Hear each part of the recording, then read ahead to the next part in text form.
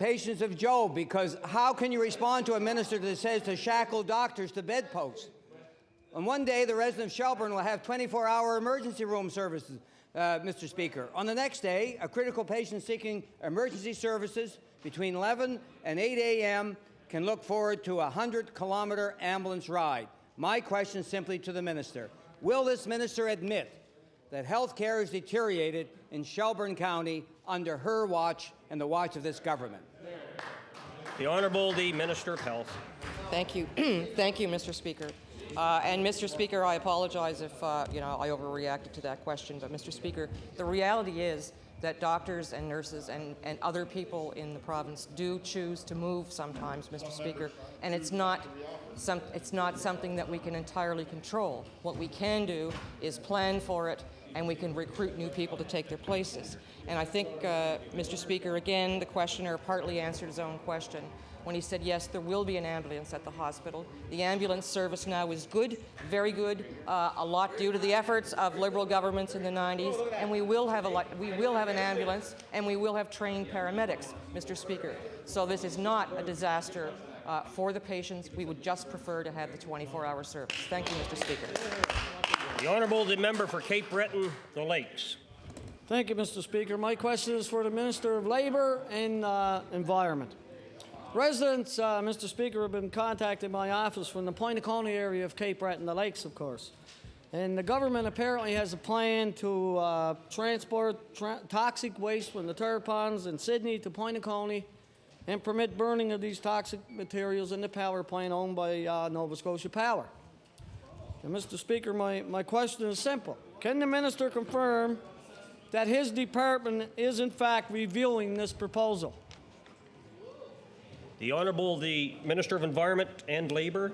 Yes, Mr. Speaker, the Department of Environment and Labour are the regulatory department, but however the action department is the Department of Transportation and Public Works, so I defer to the Minister. Very well. The Honourable the Minister of Transportation and Public Works. Thank you very much, Mr. Speaker. Mr. Speaker, as the Honourable Member knows, the Sydney Tarpons Agency is tasked with the job of the cleanup at the Tarpons, and we are pursuing, obviously, the cleanup in accordance with community wishes as we're unfolding.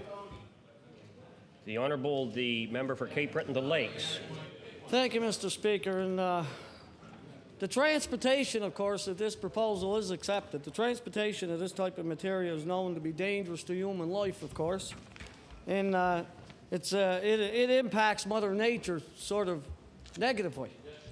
So my question is, can the minister provide details as to how this material will be transported from Sydney to Pointe-a-Coney? The Honourable the Minister of Transportation and Public Works. Thank you very much. As the Honourable Member, I'm sure, is aware of, the Joint Action Group and the workbooks that have come out from the community, that information has only recently become available to government. There is no decision been made on what the exact nature of the cleanup is going to be with respect to the Sydney Tarpons or the coke oven site, and so it's impossible to give the member details because no decision has been made. The Honourable Member for Cape Breton, the Lakes, on his final supplementary. Mr. Speaker, perhaps consultation with the local community over in Pointe-a-Coney could relax some of the fears that are in that community. And Mr. Speaker, the former government former Tory government in 1992, of course, was part of a government which decided to go build and construct the Pointe-a-Coney Power Project. And also, during that process, it created a community liaison committee associated with the construction and the operation of that power plant. And this provides this government, Mr. Speaker, an ideal opportunity and a direct link to the local community in Pointe-a-Coney. Now, my question is, will the minister direct his staff to consult with this committee and initiate the process, call the committee together and provide an overall overview of this proposal so that the community can be brought up, the local community at least, in Pointe-a-Coney can be brought up to speed as to what this government or JAG or the Department of Environment or whatever has planned in regard to this proposal. Will the minister agree to commit to direct his staff to participate in this liaison committee. The Honourable Minister of Transportation and Public Works. Thank you very much. The honourable member raised a good issue, and if and when a decision is made to consider moving forward with any one of the co-burning kind of options, I'm sure the community will be consulted. But frankly, it's premature at this point to have those discussions because we may not be going down the road of a burning option. That is just one of the possibilities that is being considered at the present time. The Honourable Member for Hants East. Thank you, Mr. Speaker. My question will be for the Minister of Health. The Minister of Health will hopefully remember my questioning of her around the building of a resource centre in Elmsdale. This facility is part of the health plan for the East Hants Community Health Board. It's intended to house services presently offered in different communities and buildings in the constituency supported by the Health Department. So the Corporate Services Committee of the municipality has voted against funding the construction of this facility to the tune of $5 million. So the minister told me during the budget debate that her department may fund the construction of that facility. So I asked the minister, will your department fund this resource centre for the Hants East area? There you go. The Honourable the Minister of Health. Thank you very much, Mr. Speaker. And Mr. Speaker, I'd have to check back with officials in my department, but I can give them an answer to that question tomorrow. Thank you very much, Mr. Speaker. Honourable Member for Hants East. Yeah, well, I'll look forward to the minister's answer and a couple more today, Mr. Speaker. The minister would also know of her funding by her department or supposedly approved for other areas of that DHA. A new hospital in Amherst, a new proposed hospital in Truro, as well as a new facility in Tadmagush, which, by the way, has about half the population of the corridor area in Hants East. So in light of your funding commitments in the other areas of the Northern District, Minister, don't you think that it's only fair to do the same for the people of Hants East? The Honourable the Minister of Health. Thank you very much, Mr. Speaker. And Mr. Speaker, yes, I do, but still what I have to check on in regards to that particular facility is at what stage the funding plan is and so on the details, because the other projects that he mentioned, he well knows, they were multi-year projects and they have taken and will take a number of years to implement. Thank you very much, Mr. Speaker. The Honourable Member for Hants East on his final supplementary. Thank you, Mr. Speaker, and I want to tell the minister that the East Hants Community Health Board has spent years developing their plan from the previous government to this government, and to me it seems like they really have been stalled more than they've been helped. So, Mr. Speaker, Hants East has no hospital and doesn't have a multi-service centre like the one in Sackville. Residents are only asking for a facility that could be a start toward eventually having a facility like the Cobequid Multi-Service Centre. A resource centre will enhance health service delivery in the more rural areas of my constituency by allowing satellite services to run out of that facility. So in light of what your government has spent in other parts of the DHA, considered over a multi-year funding, can the minister give me a reasonable excuse that I can give to my constituents as to why the government would not be willing to offer them this necessary and appropriate facility that they rightly deserve? The Honourable the Minister of Health. Thank you very much, Mr. Speaker. And as I said earlier, Mr. Speaker, I will get some details on that for the member tomorrow. Thank you, Mr. Speaker. The Honourable the Member for Cape Breton, Nova. Nova. Has approximately 1 minute. Mr. Speaker, I was asking the Minister of Agriculture and Fisheries a day or two ago about the Sydney Steel Corporation and its sale to Zoom Developments Limited of India. They propose to take down the Sydney Steel plant piece by piece, number them all, and reassemble them in India like a jigsaw puzzle, whereupon they will make steel and sell it to whatever customers they can find, probably Canadians among them.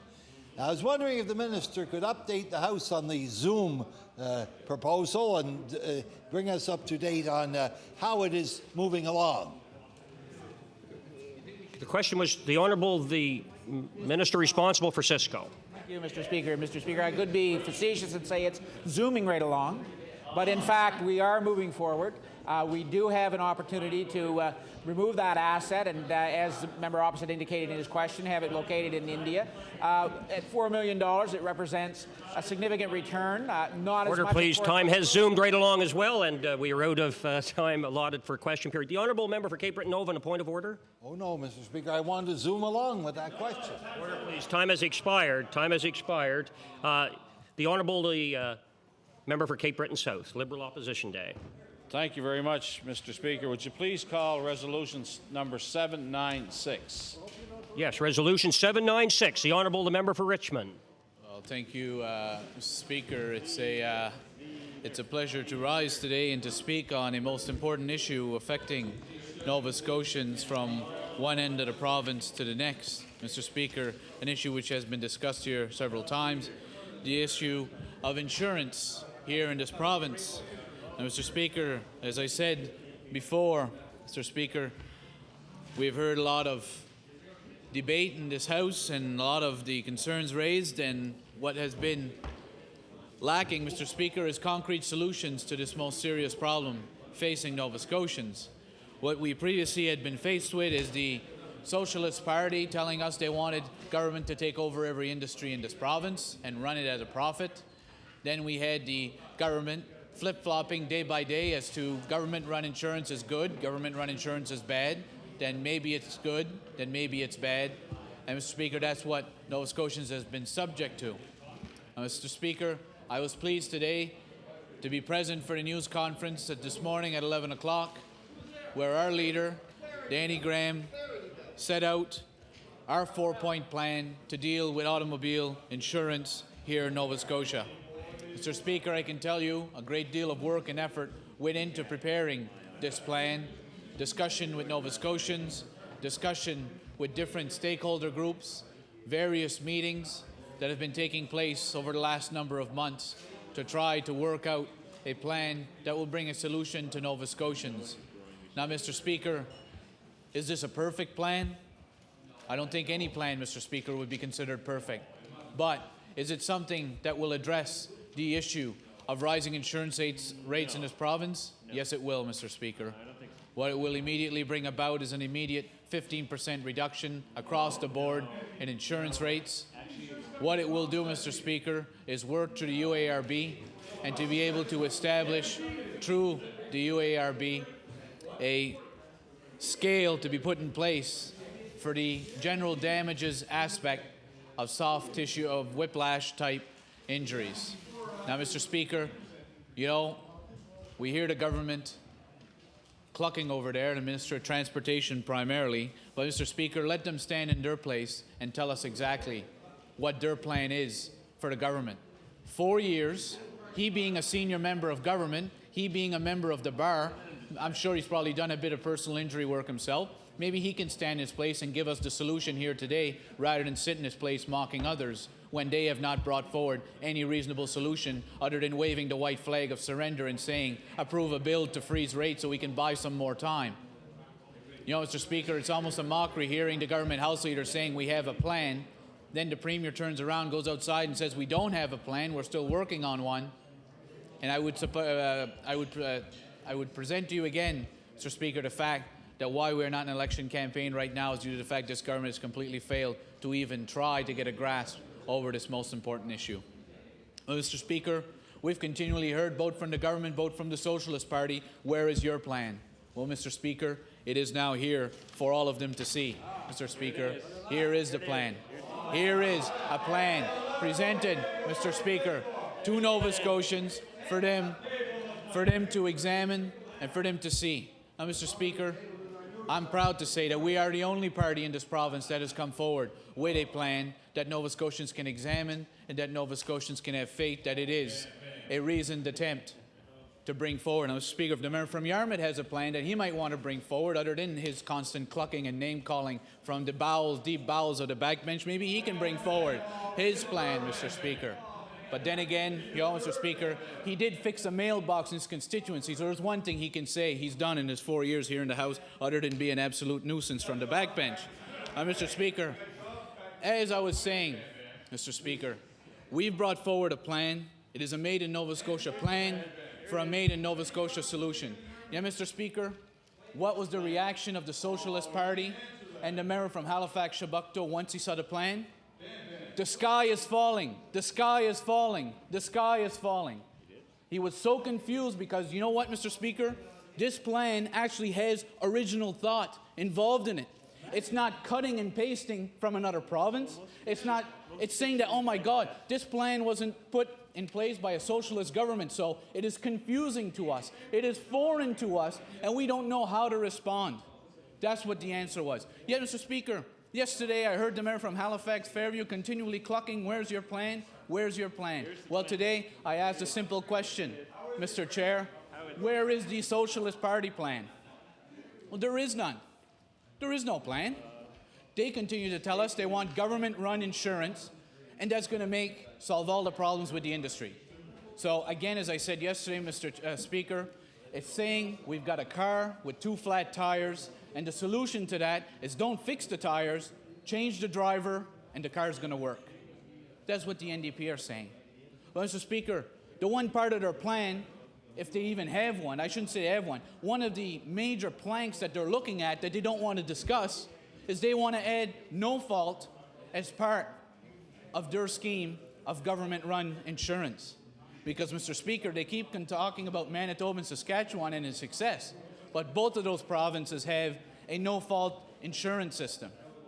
Yet the leader of the NDP and the rest of his socialist colleagues don't want to discuss that. And how amusing to hear the mayor from Halifax Shabukto saying that under our plan, which would see a scale put in place for general damages, one item of the awards given for injuries, him claiming that the Liberals were going towards no fault, well, that's an absolute mockery, is what it is.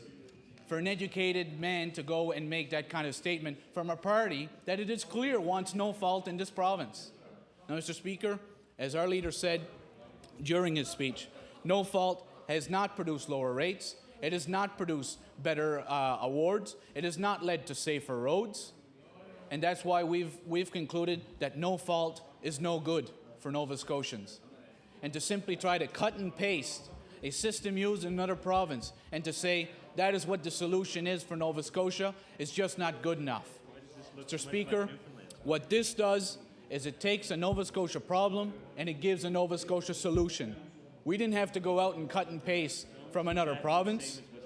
We brought in a solution here that can work. Now, right away, the NDP say, oh, you're in with the industry. Well, how surprising, coming from socialists who want government to run every single aspect of the lives of Nova Scotians. So no surprise there, Mr. Speaker.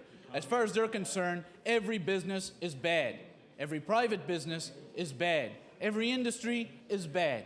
So how surprising to hear them attack us by saying that we actually want to work not only with consumers, not only with Nova Scotians, but to work with businesses and to try to address some of the concerns that are put there in place. Mr. Speaker, the plan is extremely and very specific as to where we want to go. Mr. Speaker, not only will it bring about an immediate 15% reduction in rates, it will put in place the system required to bring all of the rates down over time in an efficient manner.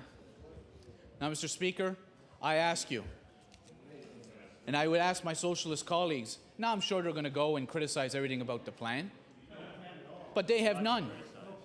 They have none. The leader now says there's no plan at all as he walks in, Mr. Speaker. Now, you know, where is their plan? Well, we got a glossy brochure sent by the NDP where it said, please check off, we want to consult, please check off, do you think insurance rates have increased? Yes or no? Do you think auto insurance rates should go down? Yes or no? And please write your comments, these 2 tiny little lines, Mr. Speaker. That is what they send out, and they try to tell us this is what their plan is. Mr. Speaker, I tell you again, let them table their plan. Yesterday, as I said, the mayor from Halifax Fairview, the leader of the NDP, the member from Cape Breton Centre were all clucking as, where's your plan? Well, Mr. Speaker, we've tabled ours. Now, they can mock it, but at the end of the day, there's hypocrisy coming there when they don't have one that they can present to Nova Scotians. Very simple. Now, the member from Cape Breton Centre can find that amusing and laugh. It doesn't take much to make them laugh here in this House, as we've seen over the years, Mr. Speaker. But as I've said, We have put together a plan here which clearly addresses the problems in the industry and offers solutions to Nova Scotians. Now, Mr. Speaker, let the leader of the Socialist Party get up and make the type of statements, the foolish statements that he is making there as he sits back in his chair, Mr. Speaker. This is a party that says they want government-run insurance, create a new level of bureaucracy, take over an industry, put in no fault, and everything's going to be fine. Go to bed and you'll know that everything's going to be fine, Mr. Speaker. That is where they're going. Yet they have yet to stand before Nova Scotians and say exactly what their solution is going to be. Now, Mr. Speaker, let me talk a bit more specifically about what we have said. First of all, an immediate 15% reduction across the board. Mr. Speaker, then we will work, well, if the Socialist Party doesn't feel the UARB is capable of working under the system, let them stand in their place and make that statement. Now, Mr. Speaker, as I said, we will then look at putting in place an enhanced process for UARB to prevent the type of rate shock that we have seen. Now, one of the means of doing that, Mr. Speaker, is that because of this plan and because of the fact it addresses some of the industry's concerns about increasing awards and how to bring those more in line, then, Mr. Speaker, any request from there forward by an insurance company for an increase of more than 5% would automatically trigger a hearing by the UARB. Why, Mr. Speaker? Because we feel under this plan, having talked to the different stakeholders, that there should not be a need for an increase of 5% in rates in a year. Therefore, if a company feels that they are justified in doing so, they will have to go before the UARB and plead their case. Now, Mr. Speaker, one of the other things, the UARB will immediately be asked to examine the underwriting rules which are in place in this province being used by the insurance industry, something which was not specifically asked by the government when they sent this issue to the UARB. We want to specifically ask them to review the issues around the age of vehicles, and around regional discrimination based on where Nova Scotians live in this province. Mr. Speaker, we want to make sure that Nova Scotians are confident that the underwriting rules being used in this province are transparent and that they are fair and that they are being applied equally across the board. I can tell you, Mr. Speaker, if you ask the average Nova Scotian today whether they believe that is the case, they will tell you no, that they do not believe that the underwriting rules are fair, they do not believe that they are being applied appropriately, and they want to see some changes being put in place in that, which is why the UARB will be asked to look at that. And again, Mr. Speaker, what we have said that we would do is establish a permanent consumer advocate, not just a temporary make-work advocate, a consumer advocate that will be in there on a permanent basis, and that advocate, Mr. Speaker, will report directly to the legislature, Mr. Speaker, not simply just to the Premier or to the Minister of Environment and Labour, but be able to report directly to the legislature. Mr. Speaker, this consumer advocate will be able to investigate complaints and will be able to review consumer issues and will provide an annual report. One of the other protections put in there through the consumer advocate, Mr. Speaker, is that if an insurance company asks for a rate increase which is less than 5%, that means it doesn't automatically trigger a review by the UARB in a hearing. The consumer advocate, even if it's a lower, let's say 4.6% or 4.7%, the consumer advocate will have the powers to trigger an automatic hearing by the UARB to justify the increase that is taking place. Now, Mr. Speaker, there's a lot of discussion going on, and the important thing is that Nova Scotians realize that what this is doing, this is applying a scale to general damages. Now, what are general damages, Speaker? They are damages that are awarded above and beyond your traditional compensation for injury, such as lost wages, non-economic loss. And now, on top of it, Nova Scotia, we have another type of damage which is called general damages, which is above and beyond the damages that are traditionally awarded. Many provinces do not award general damages for these types of injuries. Nova Scotia does.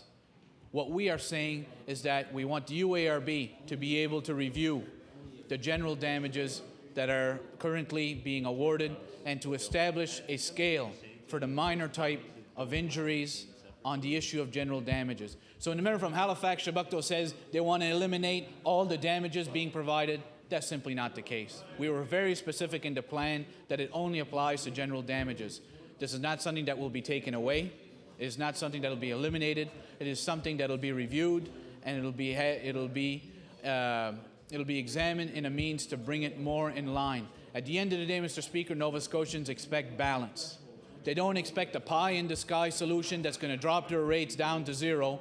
They expect a government that will be responsible, a party that can bring forward a plan that does not pit one against the other, but works with the players involved in this industry, that supports competition, and at the end of the day, provides fairness to the consumers so that they can have reasonable insurance rates, that seniors, low-income earners, and those who use their vehicles for employment and families can have reasonable auto insurance rates. This is a plan that brings together the concerns raised by Nova Scotians. It rejects no fault. It rejects government-run industry. It supports the idea of competition, and it supports the idea of fairness for both the industry and, more importantly, fairness to the consumers of Nova Scotia. Thank you, Mr. Speaker. The Honourable Minister of Community Services. Yes, thank you, Mr. Speaker. And Mr. Speaker, it's a great pleasure to get up and debate the resolution that's been brought forward by the Liberal caucus today. And I would like to start by congratulating them for entering the debate. I think it's appropriate. I'm not going to stand here and say that their ideas are without merit. I think that their ideas should be vetted through our consumer advocate that we have in place. And we should give Nova Scotians a chance to comment on them. And it is possible that perhaps Nova Scotians will embrace some, and it's possible that they may not. But I think that we should congratulate the Liberals for bringing forward a plan. They now join the NDP and the PCs, who have been there for about a year and a half, and it is appropriate that they bring forward something other than criticisms. So I would also like to point out that we've got the government's insurance bill, a bill to amend the Insurance Act, on the table, and that is something that indeed takes some very positive steps forward as we move through this. This is an issue that deserves attention and debate, and it is also a great opportunity to communicate further with Nova Scotians about our legislation and how it affects them. We understand that rising auto insurance rates have affected many Nova Scotians, especially students, seniors, working families, and businesses. It is an issue that easily turned into a quick catchphrase. As a result, it is an issue that has been and continues to be frequently oversimplified. Yet anyone who has looked into the matter, even casually, will tell you there is no one-size-fits-all answer, and there is no simple fix. And I would suggest to you, Mr. Speaker, that the differing points of view that have come forward from the Liberal and the NDP caucus, and our plan to go out and consult with Nova Scotians and some of the steps we are taking in the interim, just lend credence to that statement that it is a complex issue. And most Nova Scotians, Mr. Speaker, have figured this out. They know it can't be reduced to a good guy, bad guy, or right versus wrong argument. They know that informed discussion guided by good management practice, not rhetoric, is what we need to find a solution that is practical, sustainable, and fair. And above all, Mr. Speaker, it has to be fair, because fair solutions are ones that are sustainable and ones that will serve us in the long run. Like any other complex problem, it is one that can be understood by breaking it into its component parts and seeing how they relate and interact. That is exactly the way in which we have chosen to deal with this matter. We're confident that we will get to the right answer because we've been steadily following a plan that the Minister of Environment and Labour has referred to many times during this session, and it will take us to an appropriate solution for Nova Scotians. As my fellow colleagues know, rising insurance premiums is not only a Nova Scotian issue, but a global one. And we are taking a careful, considered, and well-planned approach to managing this issue for Nova Scotia drivers. And at this point, Mr. Speaker, I would point out that a little over a year ago, when I was the minister responsible for this file, in fact, we recognized at that time that it was more than a Nova Scotia issue. We started meeting with ministers from the Atlantic provinces and listening to what they had discovered about the problems as it pertained to them and some of the steps that they were taking to move forward on this. We have kept an open door to the industry and to consumers to discuss their concerns and have clearly indicated that we want to do all that we can to maintain a thriving and competitive marketplace here. We have taken steps to enhance awareness and understanding through the development of a plain language brochure. We encourage consumers to educate themselves so that they understand exactly what they are purchasing when they purchase their policies, and to work with their brokers, because an informed consumer is a consumer that is empowered to make the best decisions for their particular needs. We have asked the Utility and Review Board to review rates and determine through the actuarial methods what the financial issues are. The board's report was issued last week, and it shows that there are many components to any potential solution. And Mr. Speaker, this was done again some time ago. It has proven to be a very complex issue, and it has taken longer than perhaps we anticipated to deliver their report. But I would like to acknowledge that the NDP also supported the government in the measure to send this to the Utility and Review Board, and it has given us an independent, arm's-length opinion on what is going on with the insurance industry and the appropriateness of their rates, and some guidance as to how we should go forward. The URAB report contains a lot of information that will inform our decision-making, but one thing is for sure: it has validated our view from the beginning that there is no simple solution. No simple solution, Mr. Speaker, and that a broad range of perspectives has to be considered. The board also addresses concerns regarding the rate regulation system and restrictive underwriting practices, which are both addressed in our consultation paper and are issues that are being examined by the consumer advocate, George Jordan. The new legislation before the House will address many of the concerns consumers are having about facility association. And Mr. Speaker, facility association is the coverage that's available for those consumers that have been deemed to be high risk by the insurance industry. And indeed, that's an area which is of concern to this government, and I think to all parties, the alarming number of people that are being put into facility association, and something that we should, I'm sure, address with whatever comes forward in the long-term plan. The consumer advocate for auto insurance has been well received by Nova Scotians. In the very near future, he will release a preliminary report that will give us a more complete understanding of what our reworked policy on auto insurance should be. This again will give us insight into how to address the concern of consumers who are being insured through the facility association. And Mr. Speaker, I would suggest this is an eminently sensible approach to solving a problem that affects every Nova Scotian. Lay out the concerns, draw on the work that has been done in other provinces and here in Nova Scotia, ask them for feedback, put a very credible, well-respected person in as a consumer advocate to hear from Nova Scotians. And Nova Scotians are responding, Mr. Speaker. They are calling George Jordan, and they are contributing to the process. And at the end of the day, Mr. Speaker, Mr. Jordan's report will provide government with the guidance that we need to move forward on this file. Guidance that is derived by listening to Nova Scotians and everybody involved with the insurance industry, so that we can make the right decisions, not only in the short term, but in the long term. We have also acted to bring some stability to the situation while we work towards the solution. We introduced Bill 45 to hold the line on some increases. We've circulated draft regulations. We want to make sure that we do right by Nova Scotia's consumers. The board concluded that the rate increases imposed by the insurance companies on consumers have been extremely harsh and appear to have been imposed without consideration of consumers' ability to pay.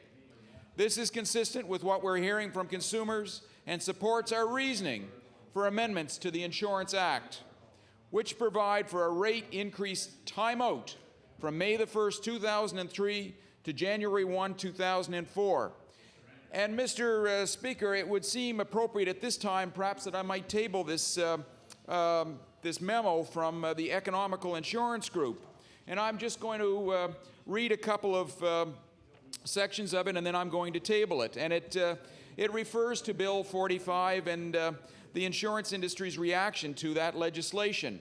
And Mr. Speaker, I quote, "Legislation has forced the retraction of recent economical automobile insurance rates. The Economical Insurance Group is retracting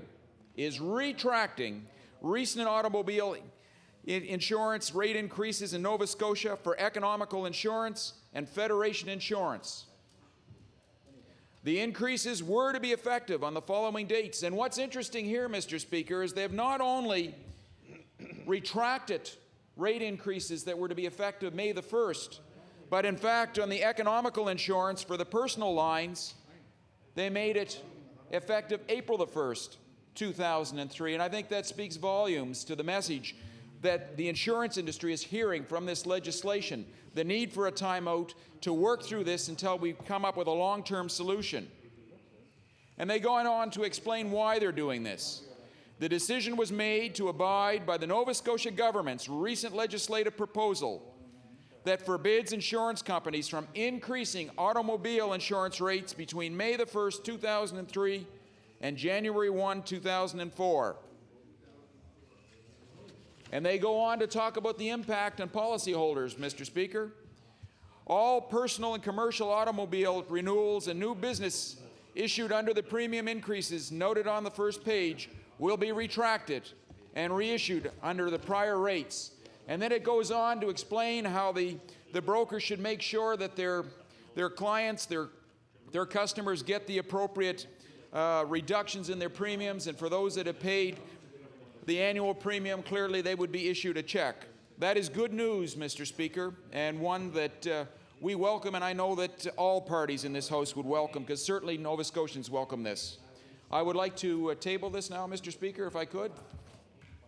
Thank you. We are also open to looking at a regional solution that will put the brakes on rising insurance rates. We look forward to discussing this further with our Atlantic counterparts. But rest assured, we'll produce a sustainable solution that works for Nova Scotians. Bottom line, we will not allow Nova Scotian drivers to be treated unfairly. We will not allow insurance companies to continue to raise rates while a rate review is still underway. While we don't know what the solution may eventually be, we do know it will be a mix of many things that Nova Scotians guide us in through our consumer advocate, George Jordan. It will have to be, because it will be based on the most solid of foundations, a broad perspective of the issue, Mr. Speaker. This government has been attentive to this issue and will continue to listen to consumers, business, and industry over the next few months. We will stick to our action plan and will develop a reasonable solution for Nova Scotians.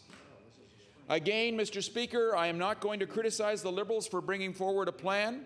They are not perhaps as attentive to the situation as the member of this government and subsequent to the government, the NDP, bringing forward solutions. But I do congratulate them on finally recognizing there is a problem. I congratulate them on bringing forward proposed solutions. I'm not sure that I congratulate them on the way that they've gone forward with it, though. It seems to remind me very much of the Sunday shopping solution, where Danny Graham, their leader, has come forward with his vision, and somehow or other I feel that that does leave out the consultation process, which I think is critical to coming up with the right plan, not only in the short term but the long term. But I do give you credit, the Liberal Party, for coming forward with something, be it late in the debate. The PC approach is centered on including Nova Scotians, Mr. Speaker. The consultation process is critical.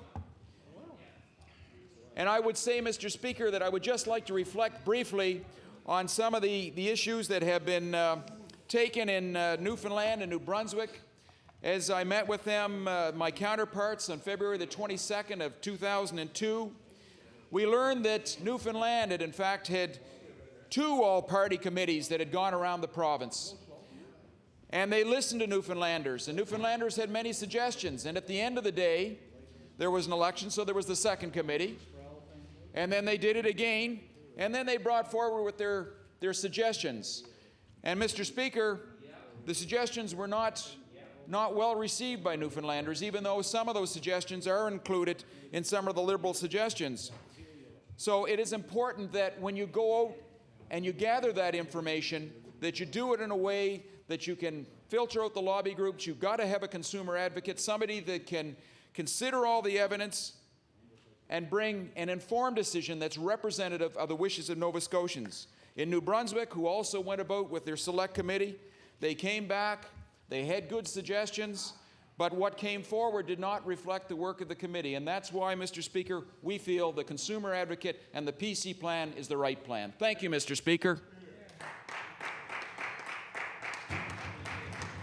The member for Halifax Fairview. Thank you, Mr. Speaker. I think the resolution on the floor of the House today gives us an opportunity to examine the latest entry, shall we say, into the auto insurance debate, and that is the Liberal plan, the so-called Liberal plan that was brought forward this morning.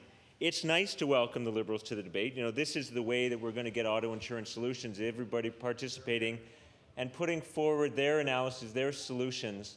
And so that, if we have this array of solutions on the table, we will have the opportunity to choose what's best for Nova Scotians, since we all have the same objective here. What is going to deliver the lowest and the fairest auto insurance rates to Nova Scotians? And whatever that ultimate solution may be, it's not going to be the Liberal plan. I thought that we had all had enough of Liberal hocus pocus, Mr. Chairman, when the Honourable Don Down came in here and waved his magic wand and made $600 million disappear off the province's books. So we kind of jokingly refer to him ever after as Merlin the Minister. But we see the same kind of hocus pocus here, because the Liberals say that they're going to wave their magic wand and wipe 15% off the premium, the auto premium, of every Nova Scotian. How are they going to do that? Well, they can't quite say. You look at the numbers and it doesn't add up. And we could at the very least say, if Sean Graham in New Brunswick can offer 25%, why are we getting only 15%? But it's the same kind of Liberal hocus pocus that Sean Graham's offering in New Brunswick, just a lower number. I mean, what is the problem in Nova Scotia? It's high rates. I mean, rates went up on average 65.9% last year, and much as the IBC tries to dispute that number, it's from Statistics Canada, and they can't dispute it. And so let's just suppose the Liberal plan could work, which it won't, but let's suppose that it could. You take 15% off 65 and you get 50%, which is apparently acceptable to the Liberal Party. That if your rates go up 50%, that's okay, because they're going to take 15% out. Now, here's the bit that the Liberals seem to have missed, since they appear only to be reading the parts of the Utility and Review Board report that they like, not the bits that don't fit in with their so-called plan. And that is that despite the large increases in auto insurance rates in Nova Scotia, the UARB says the insurance companies need 47% more than they're currently charging to return to profitability, and then they need at least 7% each and every year after that. If you don't do anything. So now, if they roll back rates by 15%, then in order to be profitable, the insurance companies need to raise the rates this year only 32%, which apparently is acceptable to the Liberal Party. Now, the Liberals, I don't know who they think they're kidding when they say they talked to thousands of Nova Scotians and did extensive research over many months. But if they'd looked across the country, they would realize that what they're proposing is very similar to Newfoundland and Labrador. There's a few differences in details, but essentially it's the same. You have a full tort system with some benefit caps, and then you have pre-approval at the regulatory authority. But what happened in Newfoundland this year? Well, Guess which province was just a shade behind Nova Scotia in the increase in rates? Well, it was Newfoundland and Labrador. Their rates are through the roof. Guess which city in Canada, which metropolitan area, has the highest rates, bar none, in Canada? It's St. John's, Newfoundland. And this crowd wants us to go down the road of basically copying what they're doing in Newfoundland and Labrador. And if they'd done any research at all, they'd realize that the Newfoundland system hasn't done a thing to put the brakes on auto insurance rates in that province. And yet that's the road that they want us to go down. Now, they say they're going to wave their magic wand and make 15% disappear. But where's the beef? In the day when Mad Cow is in the news, it's probably not an appropriate question, but they cannot produce one single set of figures showing that even eliminating pain and suffering awards for whiplash produces enough money to reduce rates by a dime, never mind 15%. Where are the rates? The IBC's statistical summary doesn't even break out awards into pain and suffering and the other categories. How do the Liberals know? How do the Liberals know that if you eat, and they're not even talking about eliminating pain and suffering, they're just talking about reducing it, or in a beautiful turn of phrase, a beautiful political turn of phrase, they're talking about modifying pain and suffering. Now, that's a beautiful sounding word. They're going to modify our pain and suffering awards. What they really mean is they're either going to cut them or eliminate them, but they can't say by how much, and they have no evidence whatsoever, none at all, no evidence to show that it's going to make a dent in insurance rates, because after all, they've gone up 65%, and the UARB says they need to go up another 47% in order to return to profitability. Now, Mr. Speaker, that's the part of the Liberal plan that makes absolutely no sense.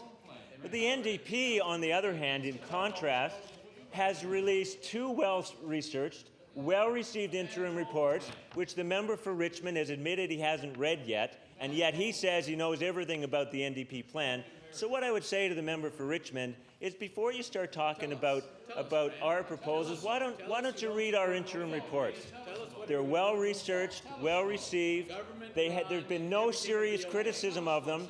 The only criticism we've had are the silly things like the minister saying, what is it next? Is it public water systems?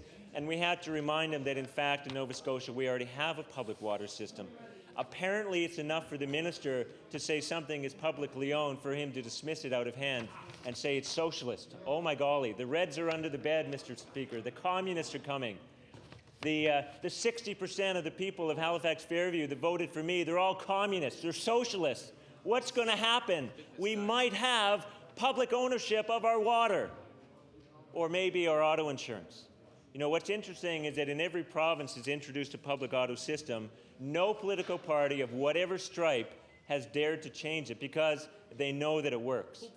And, Mr. Speaker, they know that it works, and what we do know is that this Liberal plan is more hocus pocus, just a waving of the magic wand. It is not going to deliver lower fare rates to Nova Scotians. Mr. Speaker, I forgot to say at the outset of my remarks I was going to share my time with the member for Cape Breton Centre, and that's what I would like to do now. Thank you, Mr. Speaker. Thank you, Mr. Speaker. The member for Cape Breton Centre. Thank you, Mr. Speaker. You know, Mr. Speaker, we're here today debating Resolution 796, which started off basically by telling us that that we were seeing, what is it that they say about the all-party committee, Mr. Speaker, and it being rejected at a hand. Well, you know, we've talked about the all-party committees, and I know my learned friends in the Liberal Party have often said this, that all-party committees don't work because the government has a majority and they'll bring it forward. And, you know, and there's another one, Mr. Speaker. But nonetheless, Mr. Speaker, that didn't work. No, it didn't work, Mr. Speaker, because when government got in here, when the substantive parts of the bill, they decided to re-edit them, Mr. Speaker. But you know, Mr. Speaker, because they had the Tories propped them up. So you know, Mr. Speaker, that's what they brought in. But you know, Mr. Speaker, what we have here is a government, first of all, that they're telling us, don't worry about it. We've got a consumer advocate out there, and we've got a bill in front of you that's going to resolve all the issues around insurance. Well, there's nothing in their bill that's going to resolve anything around insurance. What they have is a delay, a bill that will delay rates until the year 2004, January 1, 2004. That's what the government's, all it's going to do is delay the rates. As I said yesterday in this House, Mr. Speaker, that there's nothing here that prevents an insurance company that, we hear this from consumers all the time. Sometime in May, they would have got a notice that their insurance was due, and they'll call me up and say, well, I thought there was a freeze on. I thought the rates weren't going to go up anymore. And we said, no. This government, as opposed to saying, okay, what we're going to do is go back, when they say all this happened, is go back 18 months and put a freeze on. It went back less than a month and says, okay, that's the date as of this date. So what happens if your insurance was redone before that? You're on the hook for a higher increase. Now there's both the Liberal bill and the government bill really do nothing to make insurance rates fairer. There's nothing in either one of these bills that stops insurance companies from doing that little voodoo that they do so well at their offices. So what they do is they go in and say, okay, we are, you and your partner were driving down the road last month before renewal, and you happen to get a ticket for not having one of the seatbelts fastened. So your insurance rates go up on an internal. Now, the Liberal bill doesn't say that's going to roll that back. That doesn't make sure. You own the car, you're driving the car, a person of age is sitting there, they made the mistake, but yet your insurance is paying for it. How does that, either one of these bills, or the plan or the bill, I should say, how do either one of those go to protect the consumers? How are you going to roll that 15% back? There's no way. What they're saying is if they apply for rates, they're going up. And we know in the experiences in the provinces, because they call it the Nova Scotian solution, it's a hybrid solution. It's not a Nova Scotian solution. And what they've done is, we've known in provinces where you've got to ask before you get your increase in your assessments, that it's by and large pro forma, and if you lose it, then they give you your 5%, and then you come back at another time and get it there. So it's not like what it is. It's a gold mine, if you will, for the commissioners, URB, and other legal entities, Mr. Speaker, because that's where it's at. There's no plan there. There's no real actual savings. Another one I want to talk to you about, because insurance companies now are wanting to make define the use of facility. Insurance companies would like to include young female drivers in that notorious category where they put young male drivers at. Order, please. Order, please. Please, if the members could just bring it down a bit, please. The member for Cape Breton Centre has the floor. Thank you, Mr. Speaker. And Mr. Speaker, what I was talking about is insurance companies now are talking about moving young female drivers into that infamous category of new driver to 25 area, putting female drivers in there where there was never really a need to have them in there, but for some reason now they're going to have it there. So there's nothing in the infamous plan that was announced today that shows that will be there'll be a way to get claw back at that 15%, because surely by putting somebody in facility is going to be much more than 15%. How do we assess new drivers during this plan? How do we get to 15 15% on drivers. How do you establish that their rate are over 15%? Well, we don't know. But what we have to do, we need a system that certainly shows that you are given one set of rules. You know when you enter the system and upon entering up the system that the rules are simple, that if you're the cause of an accident, that there's a percentage that your insurance goes up. It isn't, that part isn't magic. I mean, why should we allow insurance rates to go up for car owners, you know, exponentially just because somebody else had the car and had an accident with it? You know, I appreciate there's a bit of an onus on the person because of ownership, but reality says that if you loaned your car to someone with a good driving record and they had an accident, why should your insurance go up? Shouldn't insurance follow the driver? But yet neither of these plans talk about that. Neither of these plans talk about a real consumer advocate with teeth that could really help the insurance purchaser in this province. So there's really nothing at all in either one of these plans by the government bill or the Liberal plan that really in any way helps the consumer of Nova Scotia to get cheaper automobile rates. Thank you, Mr. Speaker. Order, please. Just a suggestion that perhaps some of the members who are congregating in certain corners could please take their seats. I would appreciate it. The member for Clare. Thank you, Mr. Speaker. I'm pleased to rise and speak on Resolution 796 that's before the House today. Mr. Speaker, this resolution touches a very sensitive, very important issue that's affecting many, many people in this province. Mr. Speaker, high insurance premiums in our province has been a hot topic for quite some time now, and will no doubt will remain to be a hot topic and a hot issue for weeks and months to come. Mr. Speaker, I'm sure everyone in this House has been contacted by constituents from home and have heard personal stories from constituents paying higher insurance premiums. Mr. Speaker, according to Stats Canada, we've seen insurance rates going up by 65% on average in Nova Scotia in the last year. 65%. Across Canada, insurance rates rose by 30% in the last year. Mr. Speaker, Nova Scotia was the province that faced the second highest increase with insurance rates across Canada. Mr. Speaker, high insurance rates have also been a hot issue in our neighboring province of New Brunswick. Mr. Speaker, I want to make reference to an article here dated Monday, May 12, 2003.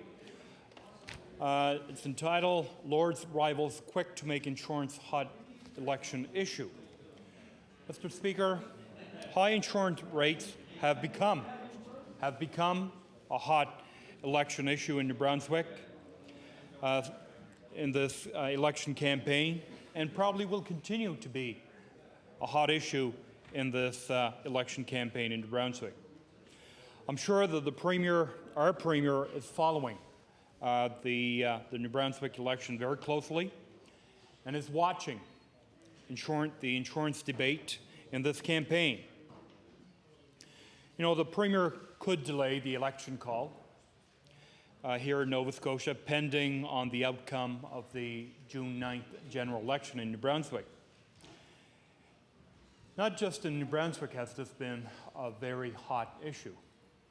You know, this issue certainly has been of concern to many people here in this province. Mr. Speaker, we have been hearing for weeks now, for months now, you know, the possibility of a spring election. You know, I'm sure that the Premier is watching what's happening in New Brunswick, and it may or it may not, depending on the outcome of those results on Election Day in New Brunswick, may have some bearing on when our Premier will decide to call the election in Nova Scotia. So again, Mr. Speaker, looking over at our neighbouring province, high insurance rates continues to be a hot election issue. Now, Mr. Speaker, everyone recognizes that this whole insurance debate is a very complex issue. And it's also a real political issue. We have seen very little action so far by our government, that's a given, to address skyrocketing insurance rates in Nova Scotia. Mr. Speaker, as you're aware, the government has decided to bring a bill forward during this session to freeze insurance rates until January 1st of 2004. Mr. Speaker, we've heard that the insurance companies are trying to figure out what real impact this legislation will have on them and on their clients. I don't anticipate that we'll have all the answers before this bill eventually goes through the House. But, Mr. Speaker, I do anticipate that this bill will continue to raise more questions. I know, speaking with individuals from Clare, and I know, Mr. Speaker, I'm sure you've had the same opportunity, speaking with folks in your area, people have raised concerns with me, and I'm sure they have raised concerns with their local member as well.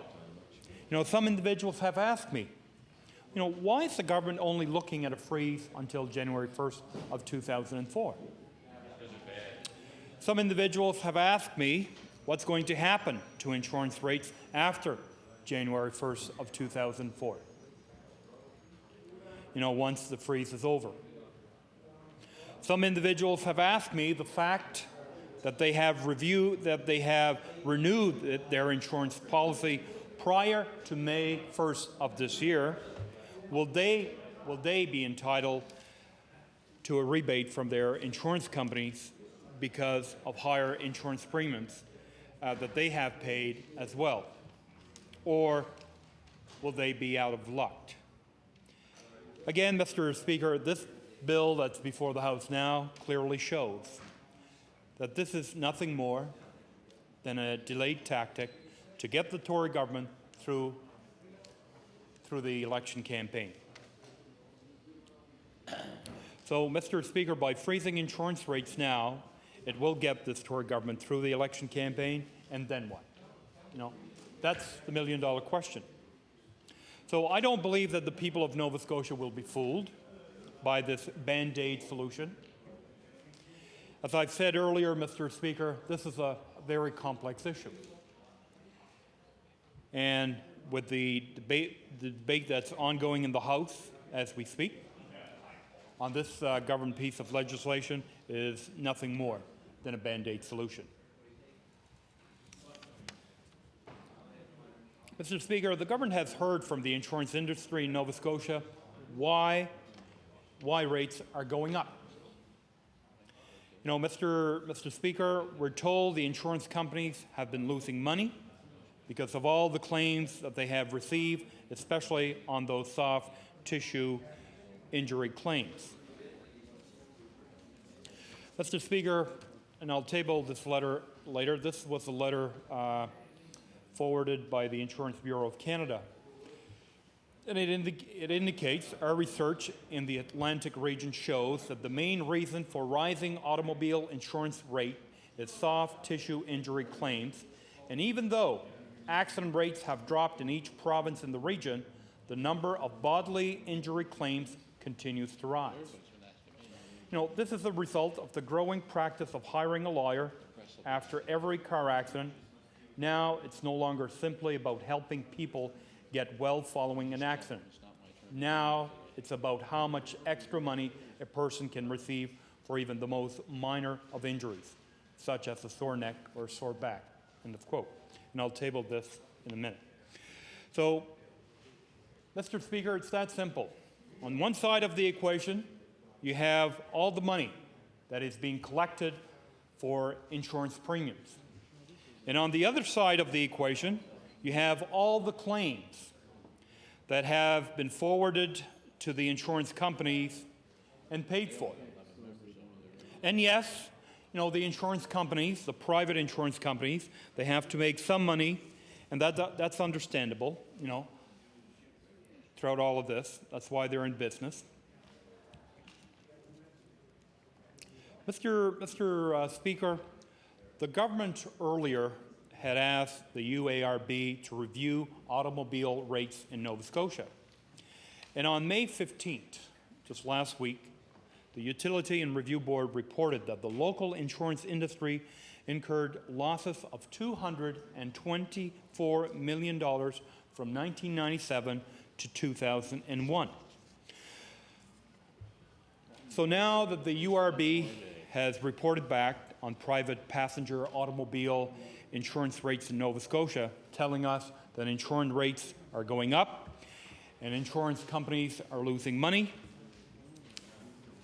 you know, where does the government go?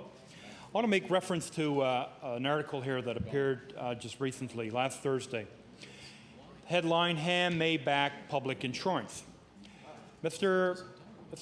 Speaker, the Premier says a publicly run auto insurance system involving all 4 Atlantic provinces might be the way to tackle skyrocketing rates.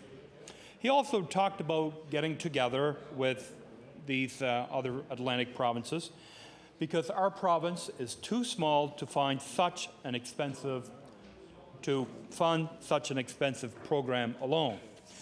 And he goes further, indicating that we don't have the numbers. It's not feasible. So then, Mr. Speaker, just going back to an article this Monday, from the comments, from the Premier's comments, one would assume that the Premier is interested in looking at a publicly run auto insurance. Mr. Speaker, the resolution that's before us today calls for, therefore, to be resolved that pretending that it is interested in addressing auto insurance rates for seniors and young people at the last minute and shamefully during election year, the Conservative government admit that it could have done more but chose instead not to address this issue earlier, Mr. Speaker. Mr. Speaker, at this time, I would like to move that the question on resolution number 796 be put, please. Question. I'll member for Kings West. Mr. Speaker, this insurance thing is certainly something that has come down hard on business, and as a former person involved in business, I just would like to spend some time saying how the effect that it will have on it. And well, the equipment business that I was in, our insurance was relatively high. Anyway, we had a pile of claims from the various machinery dealers.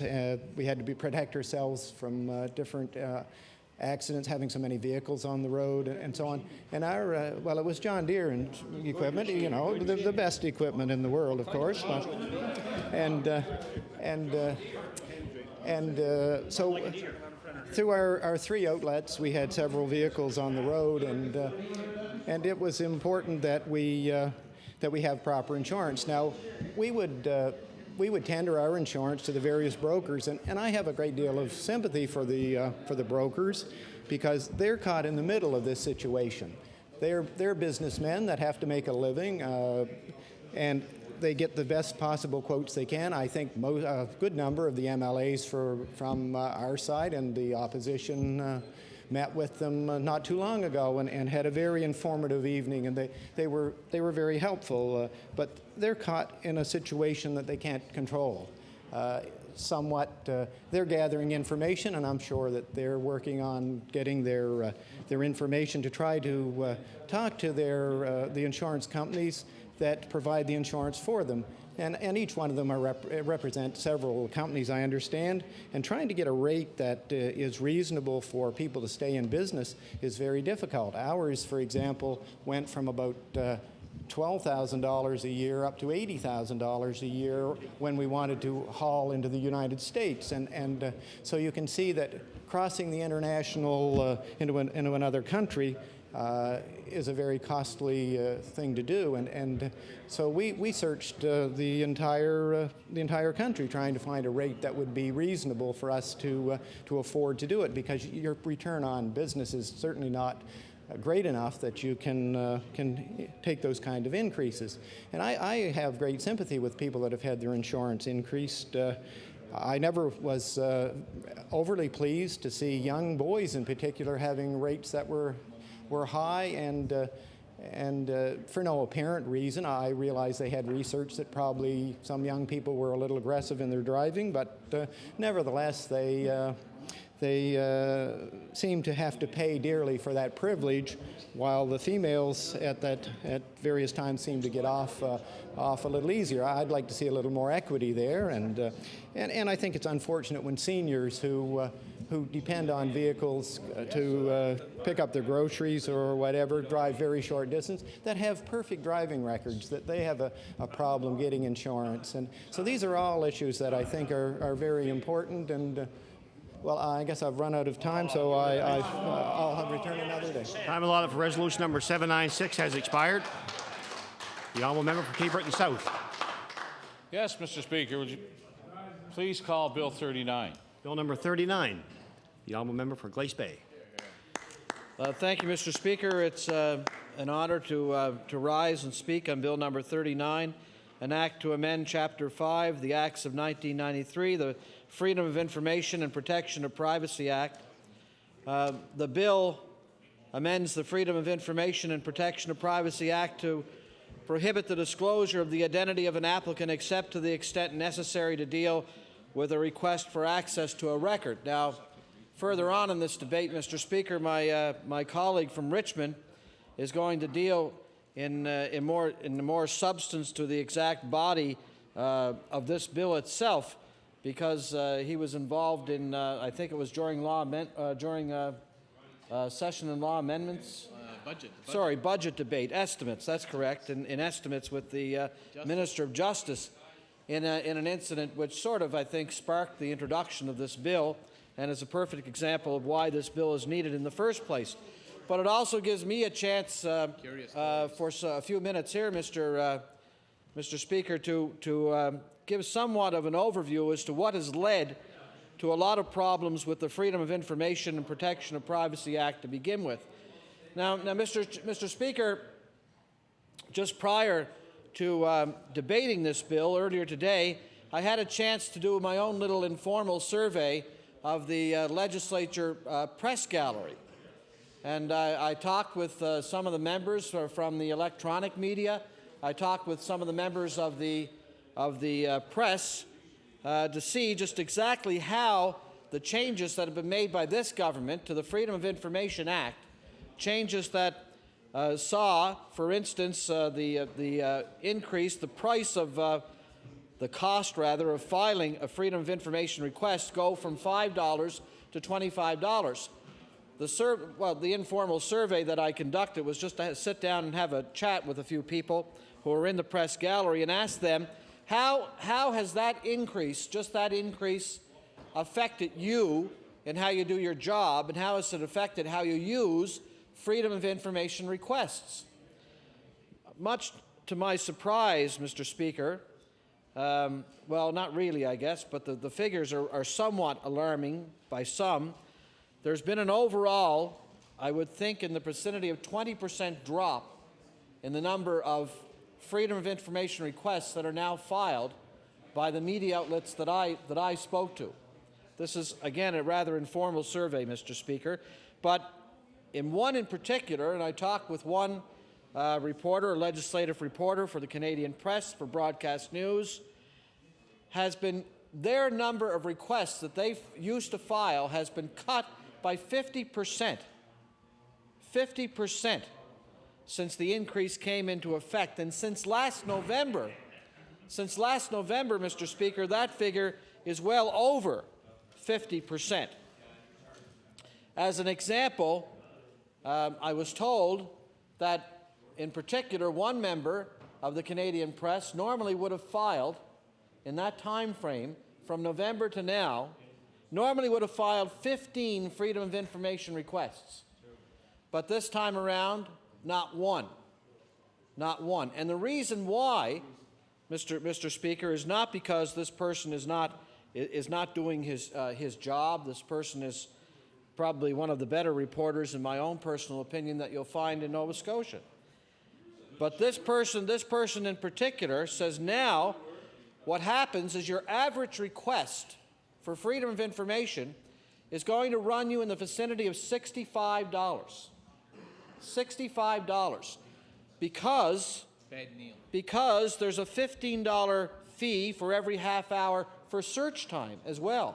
So on average, a request for freedom of information is going to run you around $65. Now, what happens to reporters in this case, and it also affects, it affects a lot of other groups, different groups. It affects everything from nonprofit organizations to media outlets to caucuses, Mr. Speaker. But what happens in this case is there's a hesitancy to file a freedom of information request now because of the cost that's associated with it.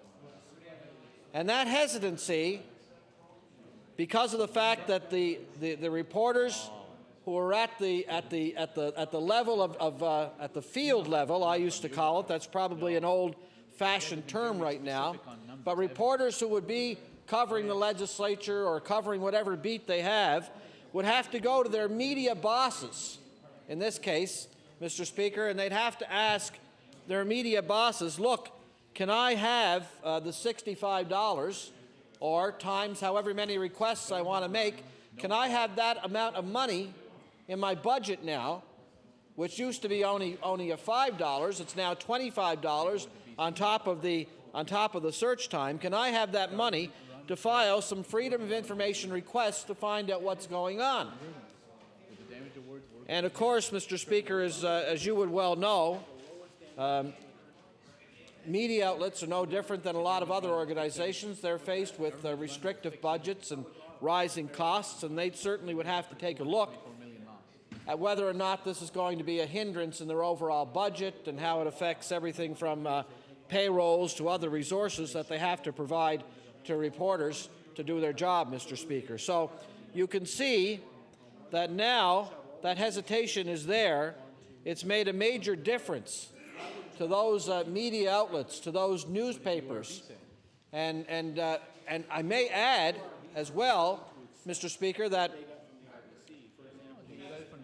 to a person, every reporter that I've talked to so far has said, look, we did not use freedom of information requests to go on some sort of a fishing expedition, to just for the sake of launching freedom of information requests because they only cost $5, we'd throw in a whole batch of them and try and catch something. That's not the reason they told me that they were using them. They were looking for specific details on matters that they could not get the answer from governments, Mr. Speaker. They could not get that answer, so they would file a specific request and ask for it. And now, instead of costing what it used to cost, as I said, that's going to run on average about $65. And it's too restrictive. It's restrictive for major media outlets. Imagine how restrictive it is for smaller outlets, for smaller newspapers. They simply cannot afford it. So they'll just stop filing freedom of information requests altogether, Mr. Speaker, because of the restrictions now that have been put on by this government. Now, Mr. Speaker, this is information, by the way, that probably should be made available without having to file a freedom of information request. This is information that should be available if you're doing your research or doing your homework. In that case, as a reporter, you'd be able to find it. But if you're forced to use a freedom of information request, the first thing now that you have to deal with is a second thought. And in the back of your mind, you have to deal with the fact, well, maybe this is costing a whole lot of money, and my media boss, my person there, who's going to say no because it costs so much money. Now, when I debated this topic before in this House, Mr. Speaker, I mentioned that perhaps the former Minister of Education, the Minister of Health currently, would have been appalled by this situation because she is a former newspaper editor. Say it ain't so. Who would have at one time instructed her staff, you can't get that information, you file a Freedom of Information request, because that will get you that information. Now, I dare say that the minister, who was then an editor of I think everybody knows she was the editorial, well, she was pretty high up in the editorial structure in the Halifax Herald. She was right there, and certainly had the say over reporters filing Freedom of Information requests or not, and would certainly have a say at a budgetary level. The finance minister would know something about, no, maybe I was going to say he knew something about budgets, but that would be wouldn't be a true comment. The then Minister of Education, the current Minister of Health, would know that to file Freedom of Information requests meant that reporters were doing their job. What you going to do after? But as I said, this not only affects reporters. This was just an informal survey I did with some reporters this afternoon. I've been told that these fee increases have made such a major difference that there are at least 3 community groups in this province that have stopped filing Freedom of Information requests altogether. Shame. And those community groups had dealt with such things as environmental issues, workers' compensation issues, and labor issues. They can't file Freedom of Information requests any longer either because it costs their organizations too much money. And that money could be going towards other purposes. But the bottom line on this, Mr. Speaker, is because of a dramatic fee increase, this government has tried to stop what amounts to freedom of information, freedom of the press. And I don't know what's more basic to a democracy than the 2 things I've just mentioned. How can you have an open and accountable government if you're not willing to say to anybody in the general public, including the media, that we are so open and accountable, you shouldn't even have to file a Freedom of Information request. Oh, yes. So Yes, Mr. we'll Finance just, for all that information. file away because we'll give you whatever information you need. We're transparent. Deputy We're Minister of accountable. Finance said the same thing. We're still waiting. And Mr. Speaker, that's why I'm glad that I've had this opportunity to bring that to the attention of the general public, because as I said, those principles, such principles, and they sound sometimes when we hear politicians speak about freedom of speech and freedom of the press, that they sound kind of corny sometimes, but they are the foundation, the building blocks of a free and democratic society, Mr. Speaker. And the limits put on freedom of information by this government have suppressed not only the media, but the public in general in this province, Mr. Speaker. Thank you very much. Thank you. The Honourable Minister of Finance. Speaker, I'm more than happy to speak on this act that's been presented by the Liberal Party, and I've been listening to the comments for the member for Glace Bay. And a lot of times I think relevance is a very important thing, and oftentimes I've been accused of not being following the debate that closely. And Mr. Speaker, the member from Glace Bay spoke for the last, I don't know, it was 10 or 12 minutes on the fees and the cost of it. And the bill here, it is a one-clause bill that talks about that. It says here that the head of a public body to which a request is being made for access to a record, or any office or employee of the public body, shall not disclose the identity of the applicant to any person except to the extent that disclosure is necessary for the request to be dealt with in accordance with this act. So what this bill that we're debating about is whether or not information about the request, about the person or group that's making the request should be made public or should be kept confidential. And I listened to the member from Glace Bay speak for 12 minutes and never come within a country mile of talking about the issue. And And so the issue is that, obviously it's important that he didn't read the bill before he got up to speak on it. And he mentioned the fact that, but then again, I guess you could go back to his history, and his history usually isn't that pertinent to what we're discussing in the House. So, and so, I kind of find it sometimes, after a while, you do come back to the point, and he never did, which I kind of find, funny, Mr. Speaker. The other thing that he talked about, it's about whether or not this bill is necessary, Mr. Chairman, and this all came about from the member from Richmond saying that the Minister of Justice, my colleague, who was in the law amendments at this time and can't participate in the debate, and that's why I'm here. But the issue is along the lines of whether or not he had knowledge about the request that came forward from the member from Richmond.